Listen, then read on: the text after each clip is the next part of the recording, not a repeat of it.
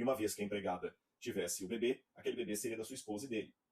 Eles fizeram isso com Agar. Hoje eu estava até conversando com alguns amigos que vieram em casa e a gente estava discutindo a possibilidade, eu creio nela, que Agar talvez fosse uma das pessoas que migraram do Egito para Canaã com Abraão e sua família, depois que ele veio das terras de Faraó. É um outro episódio curioso na Bíblia, em que eles descem para o Egito por causa da fome. Chega lá, Abraão, com medo de morrer nas mãos de Faraó, porque a mulher dele era muito bonita e Faraó se interessou por ela, ele mentiu dizendo que era irmã dele. Eles têm que sair do Egito, meio às pressas, porque o Faraó falou: você quase me enganou, eu fui amaldiçoado por sua causa. Mas só que Faraó, quando os mandou embora do Egito, falou: olha, para que o seu Deus não fique bravo comigo, vá, mas leve também muito dinheiro, riquezas aqui, animais e alguns escravos também.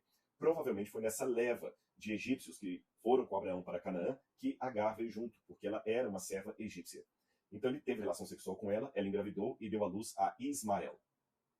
Mas o tiro saiu pelo culatra. A ideia não foi muito boa. Não era aquilo que Deus havia falado. Com o passar do tempo, Agar acabou não aceitando voltar à posição de serva. Ela quase assumiu uma posição de concubina de Abraão, ou segunda esposa. A segunda esposa tinha um cargo acima da concubina e inferior à primeira esposa. E ela começa a disputar com Sara ali a proeminência no lar. E ela falava: eu tenho um filho, você não teve. Bom, depois de toda esta história, essa reverberação, quando Ismael já estava adolescente, já se passaram vários anos ali, é que Deus cumpre a promessa de Abraão conseguir engravidar sua esposa Sara. Nesta época, Abraão tinha 100 anos e Sara tinha 90 anos, de acordo com o texto bíblico. Mas tudo bem, demorou, o Senhor custou a cumprir a promessa, ele já era um homem centenário, mas ainda assim a alegria do filho de Isaac preencheu lá. E também trouxe transtornos, tanto é que ele teve que mandar Agar embora com Ismael, porque começou a ter rivalidades entre Ismael e Isaac, o filho da promessa. Aquele sim foi o filho que Deus prometeu. Aliás, um parênteses aqui, esta rivalidade entre Isaac e Ismael é vista até hoje nos conflitos do Oriente Médio, envolvendo especialmente muçulmanos, árabes e israelenses, sendo os israelenses ou judeus descendentes de Isaac e uma parte, não todo, uma parte dos muçulmanos descendentes de Ismael. Fechei parênteses. Continuando na história, Abraão estava feliz com o filho dele, aquela coisa toda. Um belo dia, Deus surpreende Abraão com o pedido que eu li aqui no início do capítulo. Está feliz com seu filho? Estou, Senhor. Isaac lhe traz alegria demais. Não é à toa que Isaac significa risada. Ele encheu minha boca de riso, Senhor. Muito bem, Abraão. Agora você vai pegar esse filho. E olha como é que chega a ser quase cruel a ordem.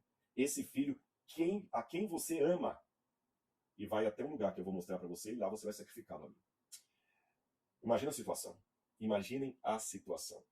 Foi isso que aconteceu. Abraão sai com Isaac, leva todos os apetrechos para o sacrifício, menos o cordeiro. E quando eles chegam no alto do Moriá, que na compreensão de muitos historiadores, eu acredito nessa hipótese, o Moriá seria justamente o templo, o monte do templo em Jerusalém, onde no futuro Salomão construiria o templo. Hoje, quando você der uma gugada e colocar Jerusalém em vista panorâmica, você vai ver um cenário onde tem os muros da cidade velha de Jerusalém e um domo dourado da cor de ouro. Aquela cúpula de ouro ali, hoje é o Domo da Rocha. É um santuário muçulmano que está perto da mesquita de Al-Aqsa. Ali, naquele lugar, era, no passado, o Monte Moriá. E foi ali que Abraão levou seu filho em sacrifício ao Senhor. Quando ele estava para sacrificar Isaac perguntou: Senhor, papai, mas eu estou vendo aqui a lenha, estou vendo o altar, mas cadê o cordeiro? Ele simplesmente falou: Senhor, meu amigo, meu filho, o Senhor proverá. O Senhor proverá. Agora vamos fazer o que Deus quer. Ele deitou Isaac ali na pedra. Interessante que Isaac já não era mais nenhum menino nessa época. Isaac, isso aqui é interessante, a idade de Isaac aqui é um problema, porque a Bíblia não fala exatamente em que ponto da vida de Abraão isto aconteceu. Flávio Josefo diz que Isaac já teria nessa época aí 32 anos. Tem um outro autor, não me engano, Rash, creio que é Rash, depois eu posso checar a fonte aqui, que diz que Isaac teria 12 anos. Outros pensam que Isaac teria 20 anos, 30 anos. Embora os autores variem assim nessa faixa etária de Isaac, sabedores de que isso estava próximo da morte de Sara, e Sara morreu quando Isaac tinha 37 anos, então pode ser que esse episódio tenha acontecido quando Isaac teria em torno de 20 a 30 anos aproximadamente. Seja como for, ele não era nenhum bebê. Então aquelas ideias que muita gente vê num filme ou num quadro de Abraão ficando quase que uma criancinha de 5, 6 anos ali, até em algumas encenações que eu já vi em igrejas, pegar um menininho ali com Abraão, é bonitinho para a licença poética, mas do ponto de vista histórico, Isaac já era um jovem ou jovem adulto, se eu estou falando de alguém de 20 e poucos anos. Aí.